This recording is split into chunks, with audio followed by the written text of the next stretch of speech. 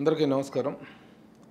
అక్కినేని కుటుంబం మీద మంత్రి కొండా సురేఖ గారు చేసినటువంటి నీచమైనటువంటి, హేయమైనటువంటి, జుగుప్సాకరమైనటువంటి ఆరోపణలు తెలుగు రాష్ట్రాల్లో, ఉభయ తెలుగు రాష్ట్రాల్లోనే కాకుండా ఎంటైర్ మీడియాని, సినీ, రాజకీయ రంగాలన్నింటినీ కుదిపేస్తున్నటువంటి విషయం అందరికీ తెలిసిందే. దీని మీద ప్రతి ఒక్కళ్ళు స్పందిస్తున్నారు. ముఖ్యంగా చిత్ర పరిశ్రమలోని ప్రముఖులందరూ కూడా దీన్ని తీవ్ర స్థాయిలో ఖండిస్తూ వాళ్ళ ఆవేదనని, బాధని వ్యక్తం చేయడం జరిగింది. కొండా సురేఖ గారి జీవిత ఆధారంగా బయోగ్రఫీ తీసినటువంటి దర్శకులు, ప్రముఖ దర్శకులు రామ్ గోపాల్ వర్మ గారు కూడా దీన్ని తీవ్రంగా ఖండిస్తూ, అసలు చేసింది, గాయపరిచింది, బాధ పెట్టింది అక్కినేని కుటుంబాన్ని అయితే సారీపోయి సమంతకు చెప్తారేంటి అని చెప్పేసి ఆయన ప్రశ్నించడం రియల్లీ వండర్ఫుల్ రైజింగ్. అది నిజంగా సమంతకు సారీ చెప్పానంటే ఏం చెప్పారు? సమంతకు ఆవిడ సారీ ఏం చెప్పలేదు. అసలు సమంతకు సారీ చెప్పాల్సిన అవసరం లేదు. సమంత మీద కాదు ఈవిడ ఆరోపణలు చేసింది.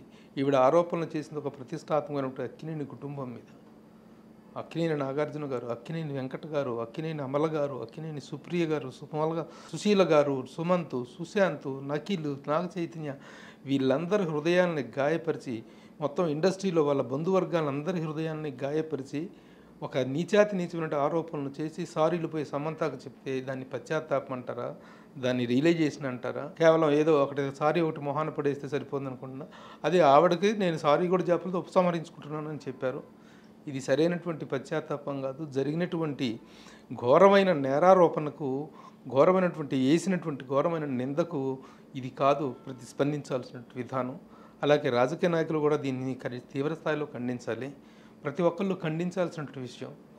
ఎందుకంటే మొదటి నుంచి ఎన్నో దశాబ్దాలుగా తెలుగు వారి జీవన విధానంలో ఒక భాగంగా మమేకమైనటువంటి కుటుంబం అక్కినేని కుటుంబం అంటే, ఆ కుటుంబం మీద ఇంత నీచమైనటువంటి నింద వేసి, మీ రాజకీయమైనటువంటి కక్షలు, రాజకీయమైనటువంటి కార్పణ్యాలు ప్రతిరోజు ఏవో ఒకటి అనుకోవటం, తిట్టుకోవటం, కొట్టుకోవటం అనేటువంటి ఒక రాజకీయ రచ్చలోకి ఆ మొహాన పూసి తొడ్డును తుడిచేసుకొని పోయేటువంటి వ్యవహారం కాదు ఇది.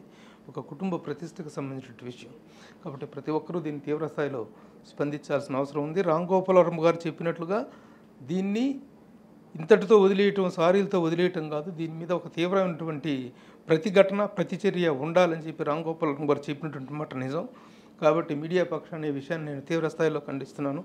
మీడియాలో ప్రతి ఒక్కరు కూడా దీని మీద స్పందించాలని కోరుకుంటున్నాను.